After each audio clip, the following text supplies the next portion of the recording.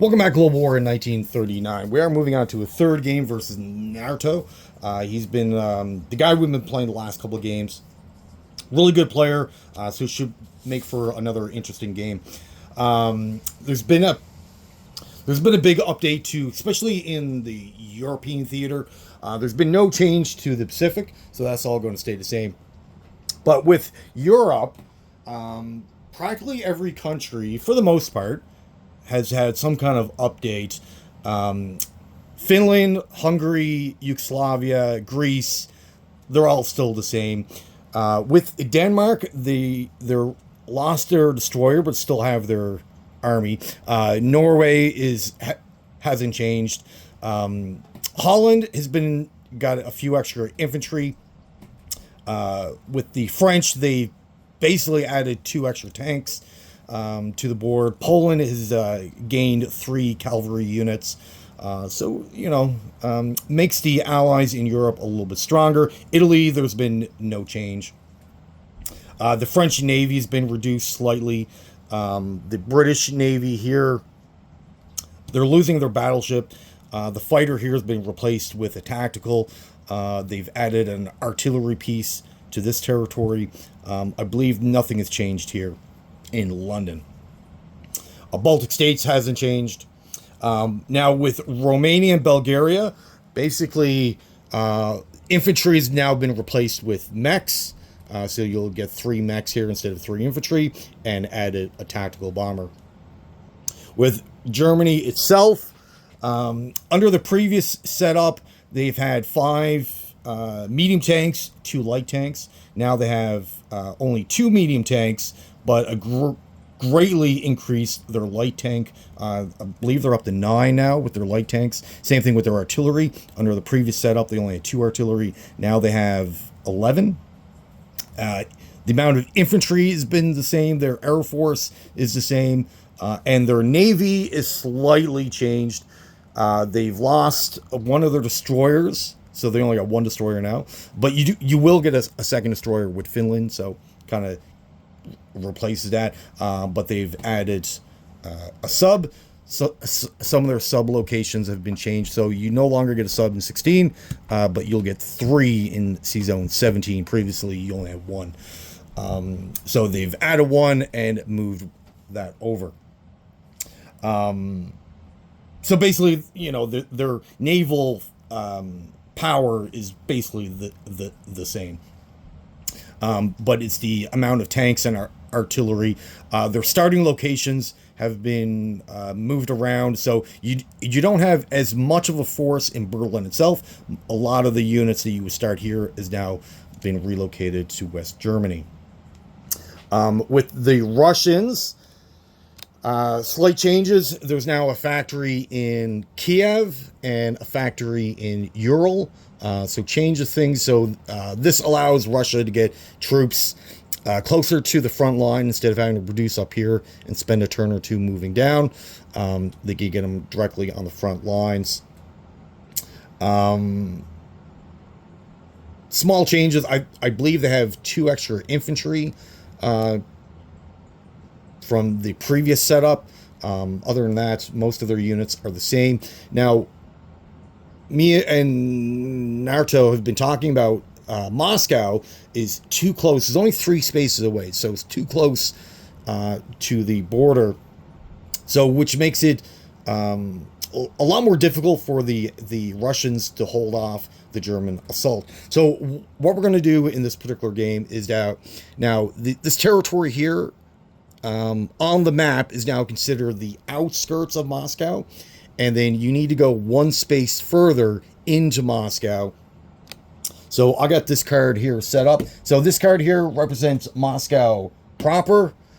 So in order to actually capture the Russian capital, you'll need to enter this territory and then move another territory to capture Moscow. So it's now 4 spaces away. So that should give the Russians a little more breathing room and make it more difficult for the Germans to capture Moscow. So that's really the only changes that we've done to the map and the setup. Now, there's a a couple of changes to the way Germany conducts its first turn. So previously they would do one full round of combat, non-combat, and then immediately go into a second round. So we're still doing that slightly, kind of. So the first impulse, you'll do your purchase units, of course, like you normally would. You're going to declare your attacks, but on the first impulse, you're only allowed to attack Poland. So basically, West Poland and Warsaw. Once you capture those territories, Warsaw will award the Germans $10 for capturing its capital. And then you'll do your non-combat phase, and then immediately following that, you'll go into your second impulse, which is where you're only allowed to attack Holland and France. In the same manner, you'll get your combat phase, and then you'll have a non-combat, and then that's when you place your purchase units from the first impulse. So the units that you buy, you're not going to be able to use until turn 2. So basically, you have to fight and capture Warsaw, fight and capture Paris with the units that you start with. You're not going to be able to purchase units and use them right away like the previous version. So it makes the all the units that you start with that much more valuable. It actually makes your Air Force extremely valuable, and you want to be very careful what you're doing with your Air Force. And it forces you to use them, unlike previous versions. And then with the Navy, you can use your Navy in either Impulse 1 or 2, not both. So you're not going to get the double movement with your Navy. So it makes clearing out the British Navy slightly more tricky, more deliberate on your decisions. So, like, what's more important to you, clearing out Sea Zone 23 or 21? All right, so that's the changes there to German's movement and attacking ability. We're also going to be playing with tech in this particular game, which this is the first time ever playing with tech, so it's going to be interesting. And Lend-Lease has been updated as well, so we'll go through that. So with the tech, there's going to be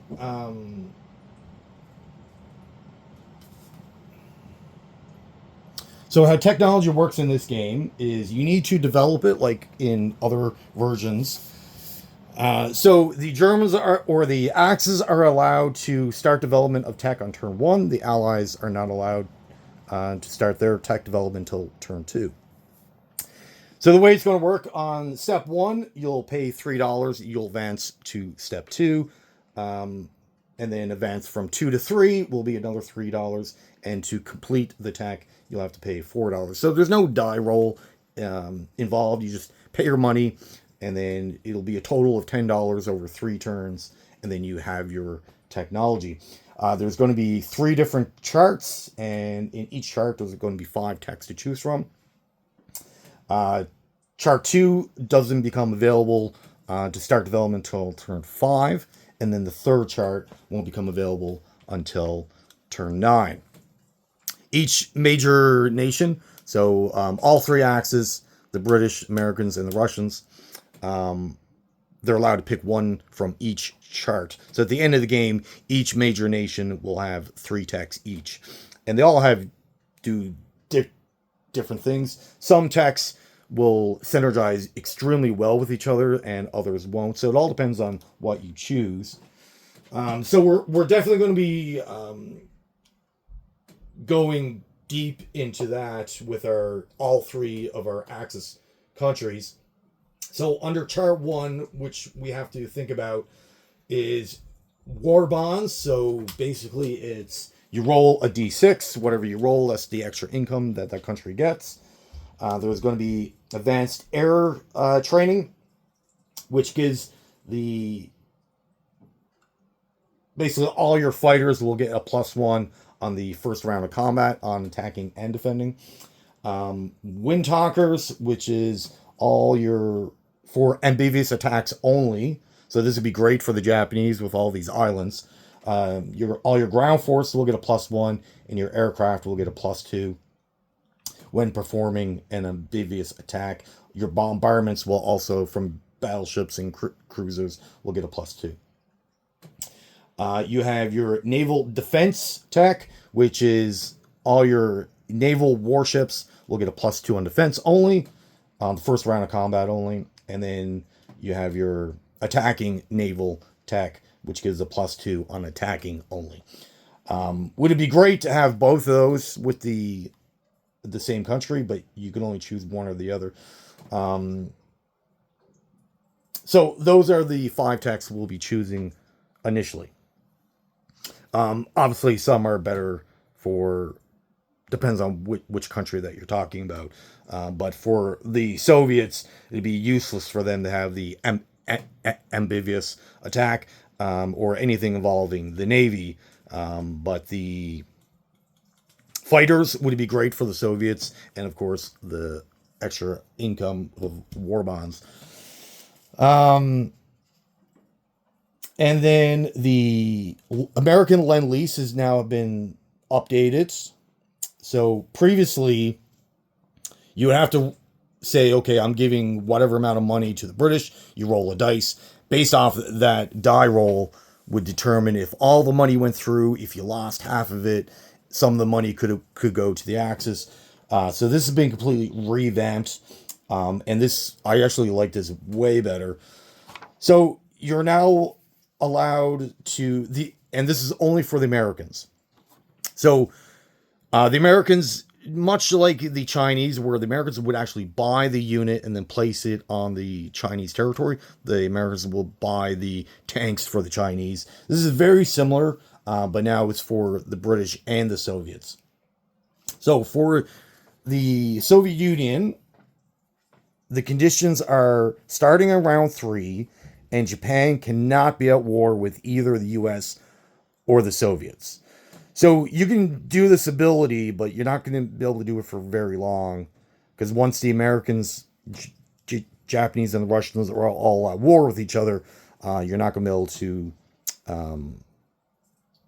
do this ability. But basically, the Americans can buy mechanized infantry for the Russians. They're at cost of $5, and maximum of 2 per round, and they'll be placed in Vol Star stock. So the Americans can start buying mechs for the Russians, which is pretty decent. And then for the Atlantic Lend-Lease with the Soviets, it is, the condition must be the Soviet Union and Germany are at war. The Soviet Union must control either Moscow or Novosibirsk. Archangel must be clear. Sea Zone 8 and 9 must be clear of Axis. And then from here, the Americans at $5 a piece can buy artillery or mechs. At $8 can buy medium tanks. At $11, tactical bombers or armored trains. Now, the Americans can only spend a maximum of $20 per turn on these materials for the Soviets. And their placement must be an Archangel. For the British, their Lend-Lease conditions are on round 3 only. So now this is a decision. If you do this, now there's also a chain of reaction, like every turn after this. If you say yes, you're going to do the Lend-Lease, then you must do the Lend-Lease on the turns afterward. So on turn 3, you'll decide, okay, these 2 destroyers that start the game in 49, the Americans are going to give these to the British, so you'll just swap out for British destroyers. You're going to relocate these 2 to Sea Zone 21. And then on round 4 onward, and it's mandatory. So then the Americans will give $5 from their pool of income, and they'll give it to the UK. So you won't be buying units. You'll just give them the $5, and they can choose what they want to do with it. But it is mandatory. So if you start the Lend-Lease, you have to do it. And then once the U.S. is at war with the Axis, then they can start at $6. They can buy transports for any Commonwealth country or fighters. Now, the transports and the fighters must be placed in the capital of each country. So if they buy FEC, for example, if they buy them a transport, then it has to go in C Zone 68. For Anzac, C Zone 99. And then, of course, the fighters at $10 a piece have to be placed in the capital. So if the Americans buy the British a fighter, it'll just go right into London. But the U.S. would have to be at war for that part of the Lend-Lease to continue. But if previous to war, they'll just give them the $5. So that's going to be the new Lend-Lease that we're playing with. So should be interesting. And now the one with the British is either an on or off condition. So you'd have to start it on round 3, give them the 2 destroyers, and then you would have to do the $5 after the fact. Now the transport and the fighter purchasing for the British, you don't have to do that part. Same thing with the Russians. You don't have to actually spend the money for those units. You can, the option is there. But if you want to, everything that you spend for other countries is less that you're going to have for yourself. So you could, help out the Russians, the British, and the Chinese and make them a lot stronger. But then you're going to have less money for yourself. So we'll see how all that works out. The text should be pretty interesting on how each country behaves. It could change the way the Japanese deploy their navy if they go down navy routes. And then once turn 5 comes, I'll give you the text for phase 2. And the way the Germans operate in this particular game, only allowed to attack Poland, only allowed to go after the French. So it slows down the advancement of the Germans. Now, for Yugoslavia, Denmark, Oslo, you'll have to go in there on turn 2, turn 3. So it slows them down. It especially when it comes to their bonuses. Under the previous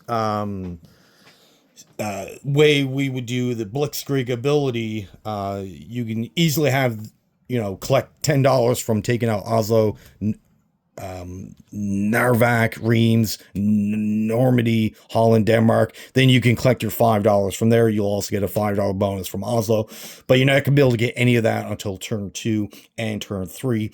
So the Germans are not going to have as much money on the first 3 turns. So instead of a maximum of 99 under the previous way of playing, I think now the max they can possibly get is 79. So they're not going to have as many units. So it makes fighting the Russians a little more tricky because you're going to have less material. So we'll see how all this plays out. And like I said, there's no change to the Italians, so they're going to behave the same way. All right, so that is the changes, the differences between the previous version and the way we're going to play this game. We'll see if it works out and go from there. All right, well, thank you for watching. Have yourself a great day.